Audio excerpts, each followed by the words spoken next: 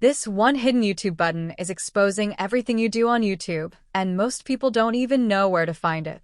First, open the Settings app on your phone. Now scroll down and tap Google.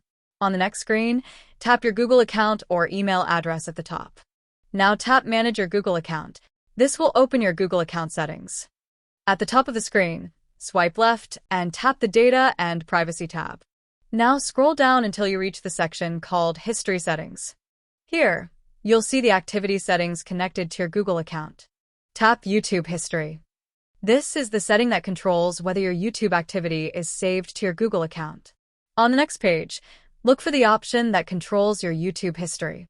To stop saving new activity, tap the option to turn off or pause YouTube history. Google may show you a confirmation screen explaining what happens when you change this setting. Read the information, then confirm your choice. From this point forward, new YouTube activity will no longer be saved according to the setting you selected. Now, let's deal with the activity that has already been saved. On the same YouTube history page, scroll down and tap Manage History. This opens your saved YouTube activity. Now tap Delete. Then choose the time range you want to remove. If you want to delete everything available, select the option for All Time or Delete All Results. Finally, confirm the deletion.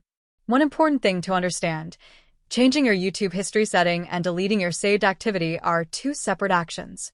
Turning off the setting controls whether future activity is saved. Deleting your history removes activity that has already been saved. So, if you want to clean up your existing activity, make sure you complete both parts. If this helped you find and control a YouTube privacy setting you didn't know about, subscribe for more simple tech tutorials that help you protect your accounts and solve everyday problems. That's it. You've now checked your YouTube history settings and taken control of the activity connected to your Google account. Thanks for watching, and I'll see you in the next tutorial.